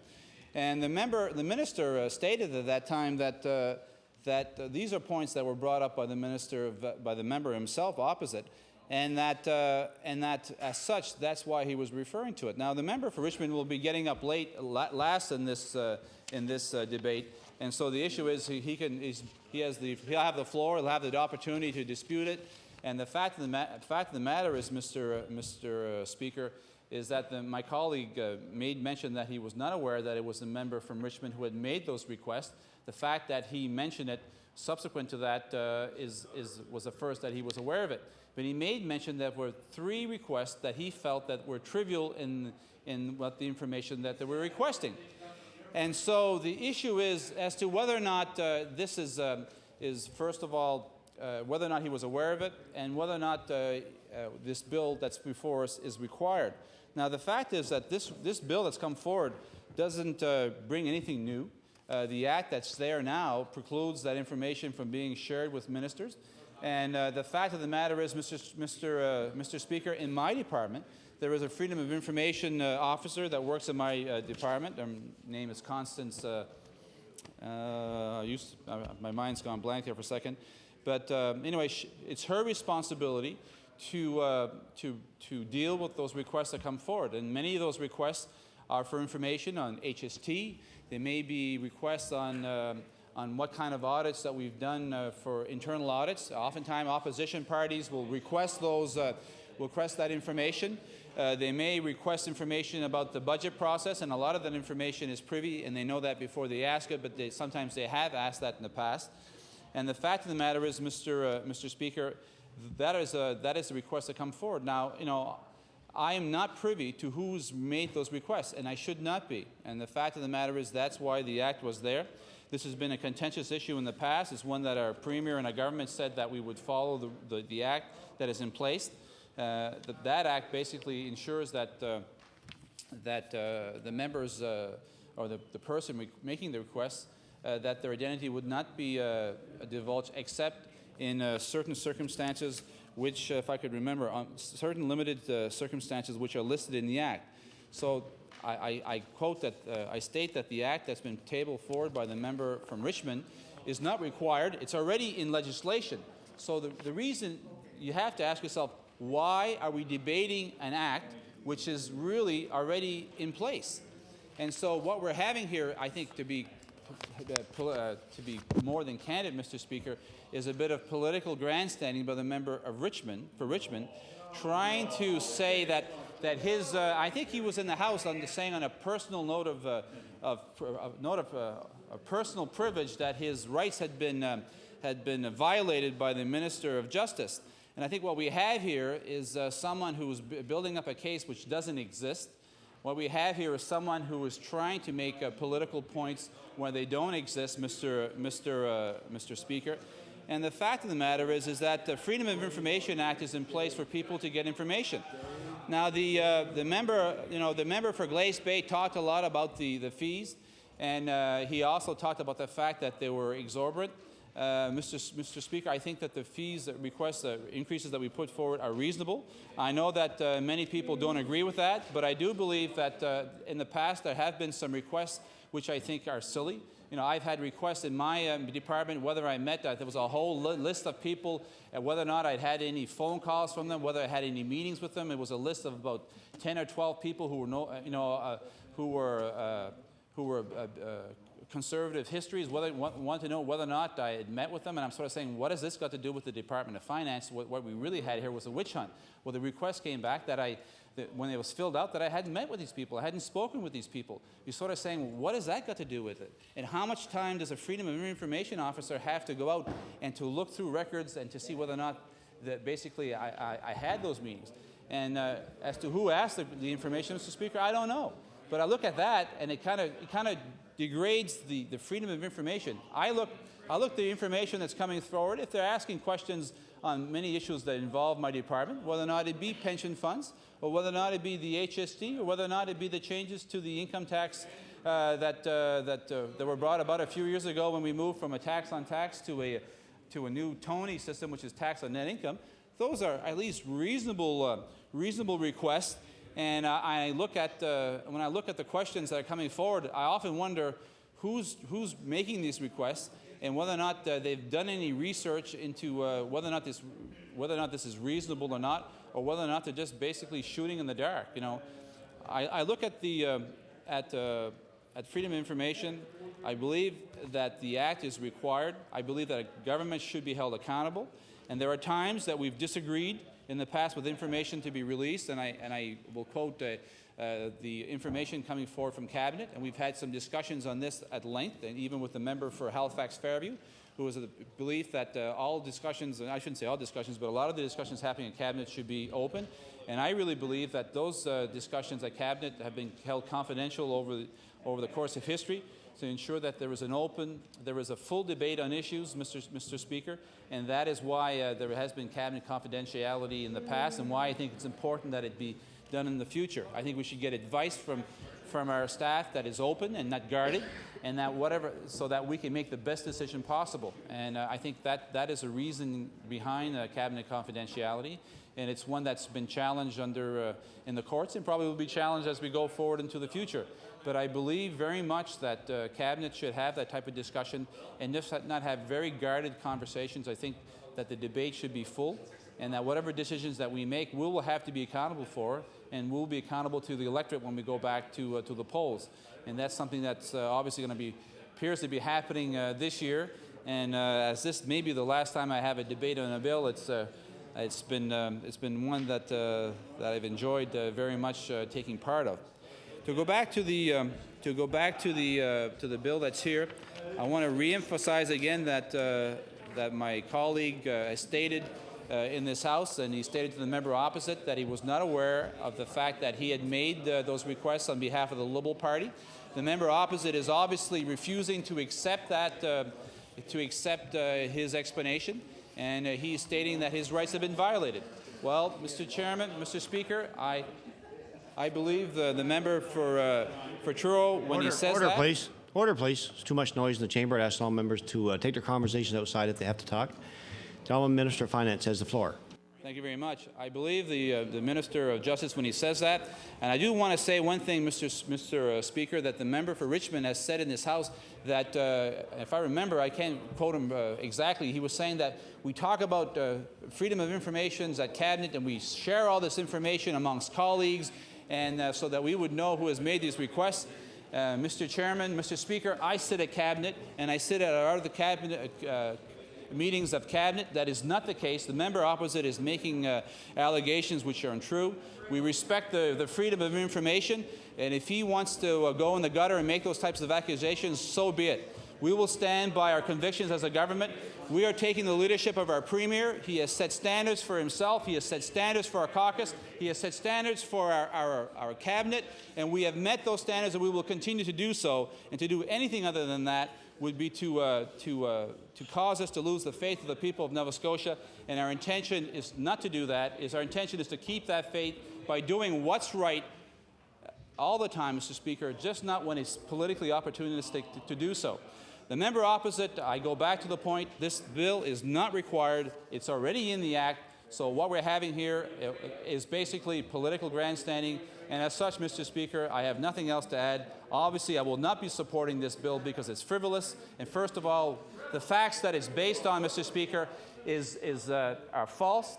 And the fact is, to say that it's frivolous, it's not required. It's already in the bill, in the existing legislation, and so this is not required. Thank you, Mr. Speaker. Now, member for Cole Harbour Eastern Passage.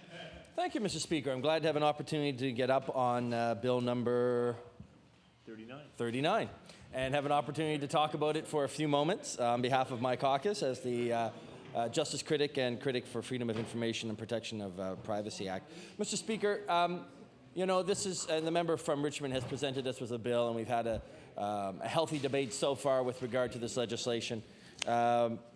You know, and this is a symptom of a much bigger problem.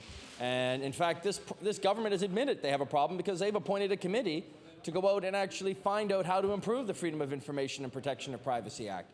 So this government has already admitted, even before this legislation was introduced and other legislation that we've introduced this session and in previous sessions, Mr. Speaker, this government has admitted in the past 6 months to a year, whenever that committee was first scheduled to create, that that was something that they already knew was a problem because they've sent this committee out to look at it. And I know the member from Richmond, I believe, made a presentation to that committee. I did as well. I'm not sure if any of the government backbenchers who may use the Freedom of Information Act or Minister of Finance, I'm not sure if they've had an opportunity to use, go before the committee. But I want to take an opportunity to put on the record here as well, Mr. Speaker, the fact that there are a lot of problems, notwithstanding the comments of the Minister of Finance, with the Freedom of Information Act. The member from Richmond has drawn attention to one of them, one that's obviously an important issue. There should be a certain amount of privacy or confidentiality with regard to applications being made. And this is an issue that actually came up in our presentation to administrators. And I want to take a few minutes to talk about that and some of the other issues facing freedom of information in this province, Mr. Speaker.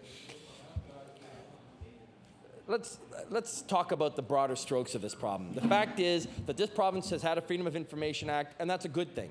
It's good that we at least have legislation saying that someone can apply to the government for information that's in the public domain. That's good. It's also good that we have rules protecting certain privacy issues of confidential information. That's good. That's probably where it ends, because this government, since it got elected, has proven it does not have a commitment to enforcing or promoting the use of that legislation. And I would suggest to you, Mr. Speaker, in any democracy that is going to thrive in North America, in Canada, in the world, you need to have freedom of information legislation. You know, Mr. Speaker, I had the opportunity to work in Kosovo last year with an American group, and as part of that, you know, the first piece of good governance legislation, and I may note, it will be debated tomorrow. It will be debated tomorrow in the Kosovo Assembly, Mr. Speaker. The fact is that the first piece of good governance legislation, the first piece of legislation entrenching democracy in Kosovo, Mr. Speaker, is freedom of information legislation. That's how important that legislation is. It is seen as one of the most important tenets of a democracy, that we have legislation ensuring citizens have access to official documents that are in the public domain. And yet this government has taken the opportunity to try and reduce the opportunity for Nova Scotians to access that. How? Through higher fees, through eliminating 2 free hours of research. I'll get to that a little later, Mr. Speaker. Through this sense that there are frivolous applications that must be stopped, and I'll talk a bit more about that, Mr. Speaker. And here's one that's very important. By the role of the administrators. We have in this government, Mr. Speaker, FOI, Freedom of Information Administrators, and it is their job to administer. So if I apply, or any other citizen of Nova Scotia applies to Department of Environment and Labour or the Department of Natural Resources, it goes to an administrator whose job it is to review the application, to go around, collect the information, investigate, decide what, if anything, can be released under the Freedom of Information Act, Mr. Speaker, and as a result of that, they then will have an opportunity to tell us, me, the applicant, or whoever the applicant is, listen, after 30 days of investigating, we think that there were no documents we can release, or we think that these are the documents we can release. And as a result, Mr. Speaker, we have a dialogue between the government and the citizens as to access to that information. That's how it works in theory. In practice, the problem is, and this is something that we noted in our presentation, we have heard from more than one administrator of possible opportunities for interference from people who are not necessarily the minister, but staff of ministers, communication staff, and others who take the opportunity to, whether directly or indirectly, get involved in the application process.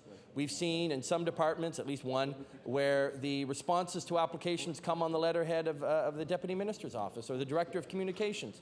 And that pretty well shows that the issues have gone beyond an administrator whose job it is to be, you know, sort of create this sort of invisible barrier of, as I wouldn't call it independence or quasi-judicial, but at least a sense that those people are supposed to be doing a specific function under this legislation that should require them to do the job to the best of their ability without any political thought to it, Mr. Speaker. We see that's not happening, that the government has been, in some form or another, using political means to try and ensure that certain documents are or are not released. And we suggest that that's a fact, and one, Mr. Speaker, that we think needs to be addressed. And this is the problem, that administrators can't do their job. Some will say they can, some will say they cannot. Some may feel they can't tell us. But, Mr. Speaker, the fact is that this legislation is not working very well when what is supposed to be a relatively independent review by a civil servant is not happening without some level of discussion with people and the political level of a department, Mr. Speaker, and we think that's wrong. Administrators tell us something else, Mr. Speaker. They tell us that with regard to this legislation, they like the 2 free hours of research. And I'll tell you why, Mr. Speaker, because if I apply or again anyone else applied and we created a long list of documents, it might be 1,000 pages long. And it may take several days or a day to do that research in order to get those documents photocopied and developed and handed to me. In many cases, Mr. Speaker, those administrators would use those 2 free hours to come to someone and say, listen, you've called for an application. It's quite broad, quite sweeping in its jurisdiction and what you want. Why don't you, I can give you 2 free hours. After that, I have to start charging you a certain amount of money per hour. But within those 2 free hours, I can get you this many documents. And these are the key documents that you want, and it won't cost you very much at all other than the application fee of $5, which is what it used to be. So within those 2 hours, and the administrators have told us this, Mr. Speaker, they felt that that gave them the hammer in order to negotiate with applicants. Right now that this government has eliminated those 2 free hours, we have a situation where if an applicant applies and they say, look, you're going to spend this much for 2 hours work or this much for 5 hours work, in many cases the applicant will say, you might as well do the 5 hours work. When there was 2 free hours of research in the departments, Mr. Speaker, that allowed for the administrators to negotiate with the applicants to pare down, to whittle down what would be released to the salient documents that were required by the applicant. That worked well. Now, that wasn't part of the Act. It wasn't meant to be part of the Act, but what happened was it ended up being de facto the way the Act worked. And, Mr. Speaker, I think that that was a good thing. We hear from administrators that that was a good thing, and that is something, again, another example, like this bill, where there have to be changes to the Freedom of Information Act, Mr. Speaker. There are fees. We've talked about fees. We noted, in fact, Mr. Dean Job, I think, in his article in Saturday's Chronicle Herald, what was that, May 18th? Mr. Speaker, May 17th, sorry. He noted the costs last year. I think he noted that it was raised around $14,000, $15,000 in fees through the FOI application process. Half of that was from our office in the NDP. Now, we're probably the most diligent users of the legislation. We have the resources because we're the official opposition, but we also ensure that it's our job as the opposition, but journalists use it, individual citizens use it, Mr. Speaker, other political parties use it. It is used by a lot of people. But the fact is that those fees, Mr. Speaker, are deterring people from actually using the legislation. And when I was asked at the review committee by the chair, Mr. O'Brien, or one of the other members, I can't remember which one, Mr. Speaker, as to whether we thought this was reasonable, a $25 fee. That's a reasonable fee. That's what it is now. And I made the point. I said, it's the cost of democracy. That's what the Freedom of Information Act is. It's the cost of democracy. It's about ensuring that we have a democracy that's open, that we have a government that's accountable, Mr. Speaker, and that people have access to documents that are in the public domain. And quite frankly, whether it's $5 or $25, Mr. Speaker, is a big difference. I can understand a $5 fee in order to ensure that there is some thought put to the applications, but making it $25 has put a freeze on the opportunity of people applying. Fewer applications have been made. This government will admit that.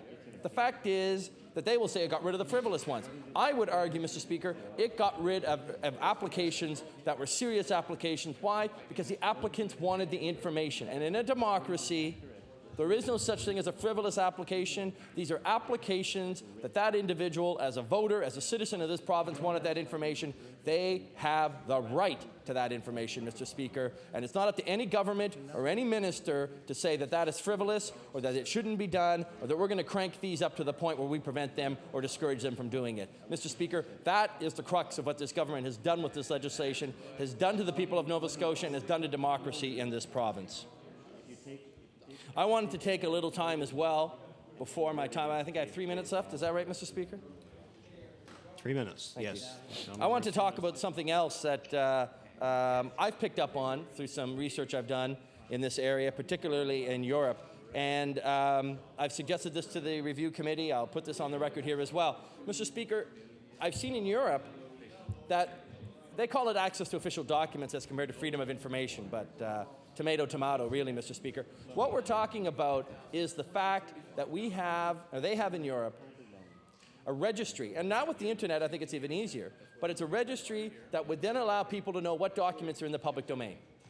And documents that are in the public domain are put out there for people to know. They can access it, again, through internet, through an office maybe where it's a hard copy, but it would give them an opportunity from each department to see what documents, could be discussion papers, could be documents that maybe were released a year or two ago, but now are in the public domain, or maybe they became part of political issues or part of the debate in the House, Mr. Speaker, or a journalist application that resulted in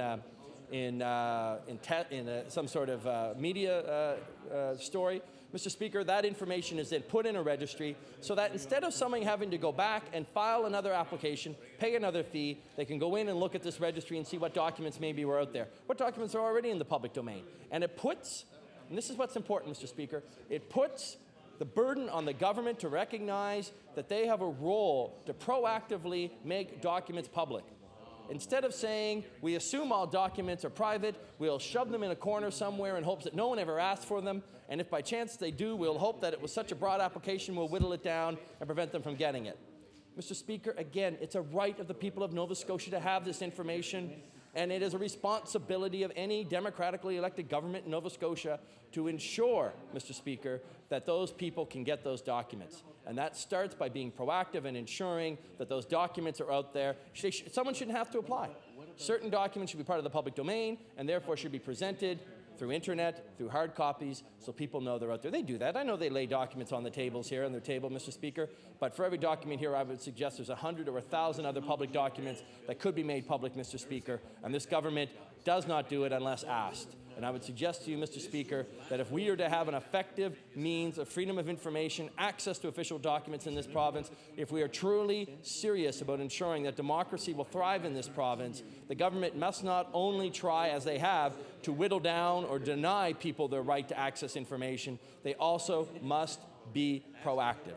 Proactive in ensuring that Nova Scotians know what documents are public, proactive in the sense of putting them on a registry. This is done in other countries. This is done in Europe. It may be even done in other parts of North America, Mr. Speaker, and maybe we can learn something from other people who've had the opportunity to do similar legislation. Thank you, Mr. Speaker. Thank you. The honourable member for Richmond. Thank you, Mr. Speaker, and you know, how ironic. Order, please. The honourable member for Richmond has the floor. Mr. Speaker, and you know how ironic and you know how privileged one could be to see that a bill being called on Opposition Day, to see the almighty Minister of Finance be the one to respond. Imagine. And after hearing Mr. Speaker his remarks, Order, please. The honourable member for Richmond has the floor. Thank you, Mr. Speaker. And after hearing the minister's remarks, it appears that once he leaves this chamber that he's going to get a job as the Nova Scotia version of Judge Judy, and that he now is going to pass judgment on what he feels is he said, she said, or he said, or what's a reasonable request, what isn't. And so now it's quite interesting to see where he plans on going. And Speaker, I would submit that we take him just as seriously as we take Judge Judy when we watch TV, when it comes to the Minister of Finance passing judgment on these types of issues. Mr. Speaker, you know, when I hear the Minister of Finance say that there's already protection for this in the bill, he knows that under the Freedom of Information Act, the protection that we are asking for in this bill is not currently there. He knows that. Where it has been put is there's vague comments made in the Premier's Code of Ethics for his government. That's where it's at. Now, Mr. Speaker, I didn't want to have to go down this road, but obviously the Minister of Finance, by his statements, leaves me no choice. Again, it's time for a bit of a look into history. What brought us to where we're at here today? Mr. Speaker, shortly after the 1999 election, a member of the Executive Council of the Tory party and the Tory government went to a reporter and said, Why did you file this freedom of information request looking for this information? If you had just asked me, I could have told you. And being very upset with that reporter. That's what brought this issue to such importance, Mr. Speaker. It's when this government, one of their own members of the Executive Council, who's no longer there, ironically, went out and shared that type of information. The Minister of Finance knows that.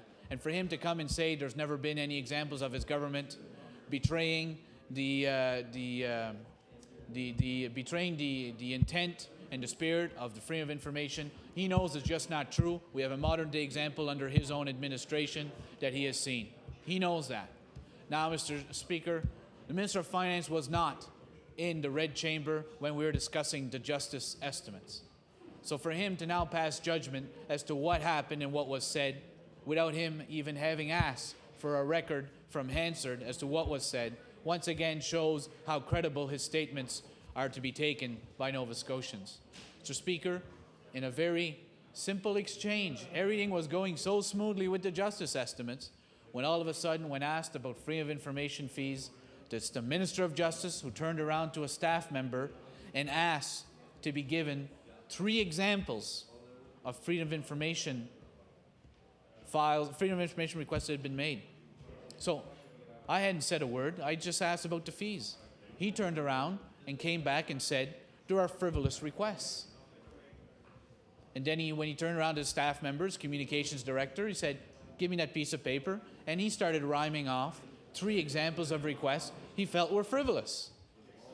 As he said the 3 requests, he looked and he said, did these come? Let me see how he said it. He said, tell me these did not come from your caucus office.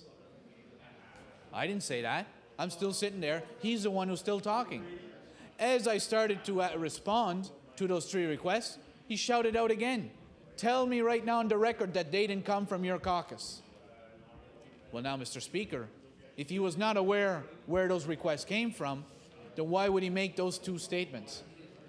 He made the statements because he was well aware where the requests came from.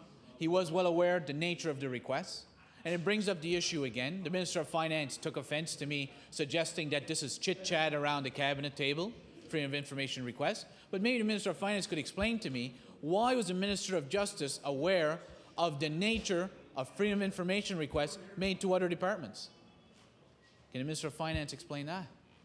If this is not chit-chat around the Tory cabinet table, around the Tory caucus room, how would he possibly have become made aware of that? When the Minister of Justice was asked, he said, somebody told me. Well, now, Mr. Speaker, that raises serious issues as to who within the system is sharing this type of information. So I asked him again, well, tell us, who gave you that information? Was it the Minister of Finance? Was it another member of Executive Council? Was it the Premier? Was it the member from Eastern Shore? Who was it? By not answering, he left a black cloud over every single one of his colleagues, not knowing who was the person who was sharing this type of information. So, Mr. Speaker, this bill is not only about addressing the issue of the identity of the person who makes the request. Tell me, why should the Minister of Tourism, for example, be aware of a freedom of information request made to the Minister of Finance? Now, if the Minister of Tourism gets up and says, I thought the request made asking for pension losses was frivolous, made to the Finance Department, Mr. Speaker, doesn't that immediately send off an alarm saying, why would the Minister of Tourism be aware of the nature of a freedom of information request made to the Finance Department? Yet what the Minister of Finance has to say is that that's fine. Then, how ironic, Mr. Speaker. Now, keep in mind, and I think the Minister of Finance needs to be reminded of the former regime that he was part of, and how Nova Scotians and historians has passed judgment on that former regime, and the leadership that was shown there, and the respect for the legislature and respect for the rules of this House. Now, Mr. Speaker, the Minister of Finance says he thought it was frivolous that a freedom of information would request whether he had met with certain individuals. That's frivolous, he says. Why should Nova Scotians know who I meet with? I shouldn't have to tell them. What are they going fishing for? Yet it was specific individuals that were asked. It wasn't, who did you meet with over the last 6 months? It asked, have you met with these particular individuals? According to him, I'm not even sure what he's talking about, but I'm going by what he said. He says that's frivolous. Well, if that's frivolous, Mr. Speaker, why did we put a Lobbyist Registration Act into this province? The government says that we're open and accountable. We're putting the first Lobbyist Registration Act in a province. So we said, okay, you're requiring lobbyists to register. We said, let's go one step further. Let's have ministers also register each month and indicate who they've met with. Why? Because we're curious? No. It would be a method of cross-checking the Lobbyist Registration Act. So if Agent or Mr. X met with the Minister of Finance and didn't file, yet he's a lobbyist, yet the minister at the end of the month says, I met with Mr. X, doesn't have to say why, he can just say, I met with him, and there's no, Mr. X didn't register, there you have a means of checking, your check and balance for that system. Yet what the Minister of Finance is saying, that being asked whether he met with certain individuals, he, the Minister of Finance, he who has to make decisions about public policy, about the spending and the investments of public money, he shouldn't have to give that information. He thinks it's frivolous. Right there, Mr. Speaker, it shows you there are serious problems. As much as this government likes to put on its face and say we're open and accountable, just not buying it. Mr. Speaker, I find ironic, the Minister of Finance would like Nova Scotians to believe it's only the member from Richmond who's making these accusations and we're a great government, it's just him. He's the only one saying this. Well, I invite the Minister of Finance and his colleagues to simply walk through the doors and go talk to the press outside and ask them whether they think this government has been great when it comes to freedom of information requests, at giving information, doing so in a timely fashion, and that the fees imposed are adequate and they are appropriate. Mr. Speaker, it is not I who nominated this government for the Canadian Journalist Award for, what is it, most secrecy or most secret government, or the Code of Silence Award. Bunker mentality is what they said this government had when it came to releasing information. I didn't say that. These are journalists outside this legislature who are making this statement. Oh, I agree with them, have no doubt. I wholeheartedly agree with them. I commend them. I commend them for giving an award where it's so well deserved. So let us not be fooled, Mr. Speaker, by the Minister of Finance trying to claim this is just partisanship that he's claiming here, that this is just the Liberal Party trying to paint the government in a light that it doesn't belong. Their actions have spoken for themselves. Nova Scotians have seen that this government has played around with the Freedom of Information Act. The Minister of Finance, how ironic. We rose here in this House the other day again. The deputy, his own deputy, told the Public Accounts Committee he would provide information on pension losses and on the state of the investments and those investment losses. Mr. Speaker, that was almost a month ago. The Minister of Finance still hasn't provided that information, or his deputy, yet he tells us, don't bother filing a Freedom of Information, just ask and I'll give you the information.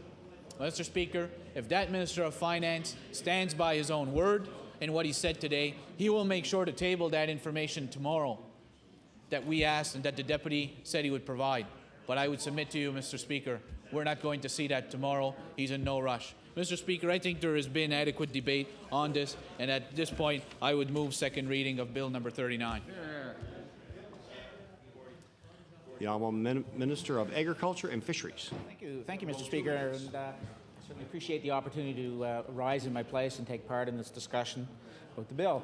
It's interesting this comes up as a recurring theme. In fact, Mr. Speaker, this bill is really a resurrection of an issue that was settled quite some time ago by this government. In fact, in November of 1999, we passed Bill 14, and we would have thought that would adequately have dealt with this issue. But in fact, it seems to be one of those recurring themes. And I can remember the approach that we used when we were in opposition with regard to FOIPOP, and oftentimes it was used as little more than a fishing expedition. And there's a great deal of cost associated with these undertakings. In fact, when I was the Minister of Economic Development, we had 2 people whose full-time occupation was dealing with FOIPOP requests. For a government, that's a tremendous cost. Now, people do, of course, require access to information, and we have proven to be an open and accountable government. In many instances, when the requests are made, they are processed without the need for a FOIPOP application to be processed. But I think that when you're sitting in opposition, there's a certain amount of cachet that comes with being able to say, we obtained this particular piece of information through a Freedom of Information request. And oftentimes when I've seen the documents after the fact, when they're tabled here in the House, you find that it's a relatively innocuous piece of correspondence that somehow has been steeped in some mystique because it came forward through a FOIPOP application. This issue, as I said, Mr. Speaker, has been before this House many, many times. In 1993, the Freedom of Information and Protection of Privacy Act was passed. And again, as I said, in 1999, in November, this government undertook to deal with the issue yet again. This government did, in fact, listen to the recommendations of the Job Committee report that was filed in 1996. Order, please. Those recommendations. Time allotted for debate on Bill number 39 has expired.